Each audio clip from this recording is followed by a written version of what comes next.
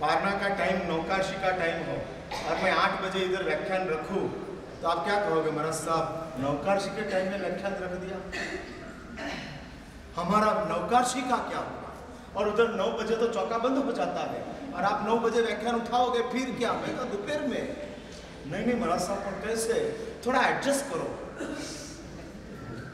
आप मुझे कहोगे कि चौके वाले को कहोगे? हाँ, मुझे कहोगे महाराज साहब नौकाशी का टाइम नौकाशी हो जाना चाहिए, आप व्याख्यान का टाइम चेंज करो। इसलिए अल्टीमेटली चेंज किसको होने का? मुझे ही। आप तो आपकी जगह के ऊपर फिट ही हो, आप फिट ही हो।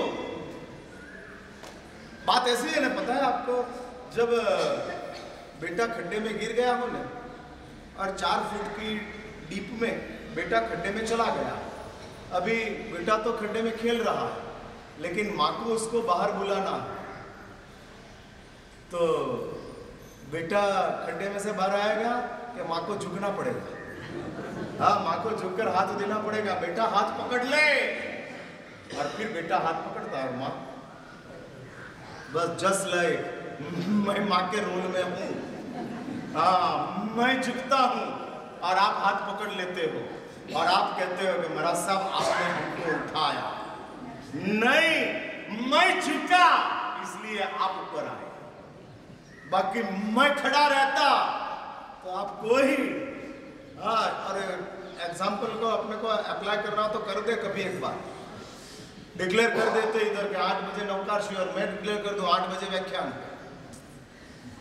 ये मैं देख लूं कौन कौन आता है, कैसे कैसे होता है।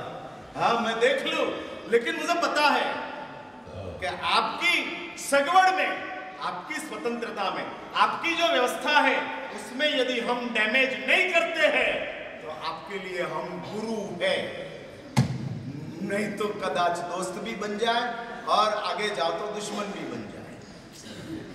हाँ? आपकी श्रद्धा, आपकी सगवड़ को हम डैमेज नहीं करें तो, बाकी डैमेज करने लग जाए तो दुश्मन भी बन जाए।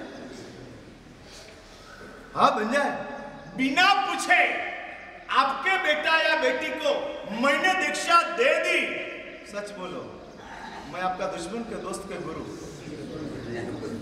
हाँ? बेटा बेटी दीक्षा तो कह के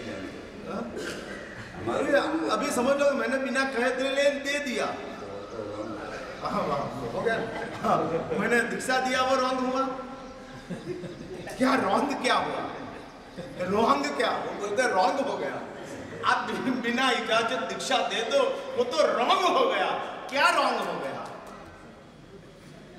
हमारी भी मुंह होती है कि हम उनका लिए दीक्षा करें कुछ उसके लिए, उनकी वो क्रिया निभाना सब है। हाँ हमारी उमंग रहती है बराबर। तो आपको बोला महाराज साहब आपने हमारा उमंग को बढ़ाया, हमको कहा नहीं इतना ही माफ, बाकी आपने बहुत अच्छा काम किया, दीक्षा दे दिया। हाँ मन नहीं मानता, मन नहीं मानता। इसीलिए मैं कहता हूँ ना कि आपकी स्वतंत्रता, आपकी सगवड़, आपकी सोच, उसको मैं डैमेज नहीं करता हूँ, इसलिए मैं आपका गुरु। बाकी उसको मैं डैमेज करने लग जाऊं तो दोस्त भी बन सकता हूं और दुश्मन भी बन सकता हूं। ये महाराज के पास अभी कभी नहीं जाऊंगा। अरे भाई ये महाराज ने तेरा क्या बिगाड़ा? और ये व्यक्ति के ऊपर का तेरा द्वेष धर्म द्वेष है, और वो धर्म द्वेष से तेरा अनंत संसार हो जाएगा दोस्त, तेरा अनंत संसार हो जाएगा। हम तो ये करते ही नहीं है, हमारे गुरुदेव ने तो ये संस्कार पहले से दिया है, बिना इजाजत, माँ बाप की सहर्ष सम्मति के बिना कितनी भी इच्छा आपके बेटा या बेटी की हो, दीक्षा नहीं देना। दीक्षा लेने वाला समझदार है कि मुझे दीक्षा मिलेगी, और शायद इसको देरी से मिलेगी तो भी उसका भाव नहीं जाएगा क्योंकि वो मुमुक्षु है। लेकिन जिसको दीक्षा देनी ही नहीं है उसके दिमाग में तो कोई भाव ही नहीं है और वो धर्म का द्वेषी बन जाएगा, धर्म के दुश्मन बन जाएंगे, धर्म के लिए गाली गलौज करते जाएंगे, धर्म की निंदा करेंगे, और उसमें बेचारा अपनी आत्मा को वजनदार बनाएगा, और अपनी आत्मा को वजनदार बनाने में मुझे निमित्त बनाकर मुझे भी नुकसान कर देगा। मुझे वो नहीं चाहिए। और इसलिए हमारे गुरुदेव ने तो हमको पहले से सिखाया। हम मेरे गुरुदेव संघ को जानते थे। होते कोई महात्मा ज्यादा करुणा में आकर जल्दी काम निपटाने के लिए वापस वो बदल न जाए, इसलिए उसको दीक्षा देने की जल्दी करते हैं और उसमें भयंकर भवंडर खड़े हो जाते हैं। हम ये मानते नहीं हैं, लेकिन मेरा कहना इतना ही है कि हमारी श्रद्धा बहुत कमजोर है और हमारी शंकाएं बहुत स्ट्रांग चल रही है। और इधर मेरे पास आज सुबह ही 2, 4, 5, 10 सवाल आए हैं। कल रात तक तो नहीं था, मैं फिर भी कुछ तैयारी करके रखी थी और आज सवाल वापस सुबह आया, व्याख्यान में आने के पहले मेरे पास आ गया। और इधर मेरे पास सवाल आता है और कहते हैं, बताते जाते हैं कि भाई जैन परिवार में किस किस आइटम का व्यापार में कम दोष लगता है। जैन व्यक्ति कौन सा व्यापार करे तो कम दोष लगता है। अभी ये सवाल थोड़ा लंबा, सवाल छोटा है लेकिन उसका जवाब लंबा है और मुझे उसका प्रोन्स एंड कॉन्स लेकर आपको समझाना पड़ेगा, बताना पड़ेगा। संसार है, यदि सब परिवार आप मेरे साथ आ जाओ तो व्यवसाय का सवाल ही नहीं आता। कौन सा व्यापार है? अब मैं लेता हूँ, वो तो मैं अभी प्लेटफॉर्म तैयार कर रहा हूँ, लेता हूँ वो मैं बराबर चर्चा करूंगा। अरे सब परिवार आप आ जाते हो तो व्यवसाय का सवाल ही नहीं है, खत्म हो गया। इसलिए सबसे पहला तो मुझे टॉप ही बताना, फिर नीचे की बात करना। भाई बिना एग्जाम यदि हम पास हो सकते हैं तो एग्जाम देने की लमड़ाफोड़ कौन करे, कौन माथा बिगाड़े। बिना एग्जाम पास हो जाते हैं, बिना व्यवसाय हमारी आजीविका चल जाती है तो व्यवसाय क्यों करना। लेकिन मेरा सब ऐसा कहाँ होता है, साधु जीवन में कोई व्यवसाय करते नहीं। एक बात समझ के रखो, आपको दूध का भाव खबर है और मुझे दूध का भाव पता नहीं है। आपको पता है, मुझे पता नहीं है, फिर भी आपसे ज्यादा दूध मुझे मिलता है।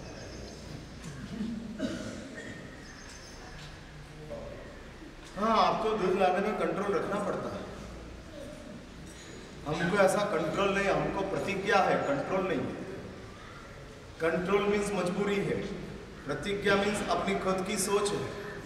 हमने प्रतिज्ञा ली है, मुझे यदि हर रोज पानी के जगह के ऊपर दूध पीने की मन हो जाए तो मैं हर रोज दूध पी सकूं, इतनी मेरे पास व्यवस्था है। मैं पूछ रहा हूँ, मिल जाए शांतिलाल जी? हाँ, इसलिए समझ लो हम 4 साधु हैं और 4 घड़ा पानी चाहिए हर रोज का, तो 4 घड़ा दूध मिल सकता है हमको, मिल जाए। हाँ, 4 मटका दूध हमको मिल जाता है चाहिए तो।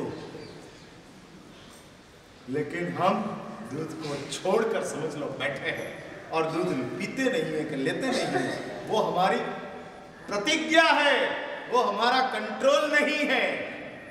संयोगों की वजह से कम करना पड़े वो कंट्रोल है, संकल्प से कम करो वो प्रतिज्ञा। कुछ संयोग होता है और कुछ संकल्प होते हैं, छोड़ दिए। और शास्त्र में कहते हैं संयोग से छोड़ते हो, संयोग से छोड़ते हो तो केवल पुण्य का बंध होता है, संकल्प से छोड़ते हो तो पुण्य का अनुबंध के साथ पुण्य का बंध होता है। पुण्यानुबंधी पुण्य संकल्प से मिलता है और पुण्य संयोग से मिलता है। संयोग से आपने छोड़ दिया, पुण्य का बंध होगा। डायबिटीज हुआ और मिठाई छोड़ दी, अभी डायबिटीज ही है और मिठाई छोड़ दी। कुछ लोग होते बहुत जोरदार, चाहे इतना डायबिटीज हो मिठाई नहीं छोड़ेंगे, खाएंगे। डायबिटीज उनका काम करेगा, मैं अपना काम करूंगा, देख लेंगे जो होगा तब। हाँ, फिर वो लोग कहते हैं महाराज साहब 2 बार बाईपास करा और डॉक्टर को और भी पूछ कर आए हो कि कितनी बार करा सकता हूँ। हेयर कटिंग सैलून में कितनी बार बाल कटा सकते हो? जितनी बार जाओ इतनी बार कटा सकते हो। वैसा बाईपास कितनी बार करा सकते हो? डॉक्टर को पूछना, 2 बार, 3 बार, 4 बार, 5 बार, 10 बार।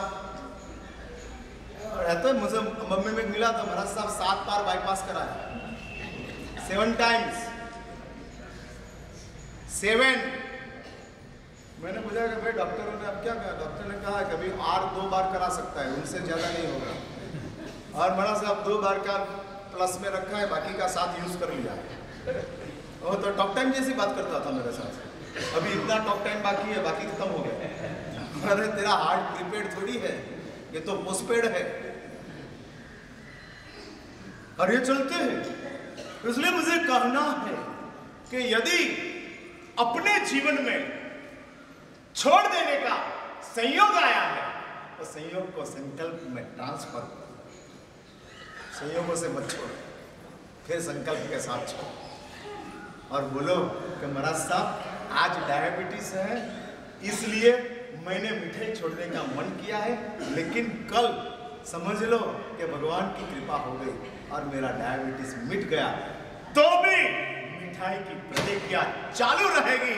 ये मेरा संकल्प है, हाईएस्ट संकल्प है। और संकल्प के साथ यदि हम परित्याग करते हैं तो वो त्याग शास्त्र में कहते हैं पुण्यानुबंधी पुण्य का प्राप्ति कराता है। संयोग से छोड़ते हो तो पुण्य का बंध, संकल्प से छोड़ते हो तो पुण्य का अनुबंध के साथ का पुण्य की प्राप्ति होती है। अब बात यह है कि जैनी परिवार को व्यापार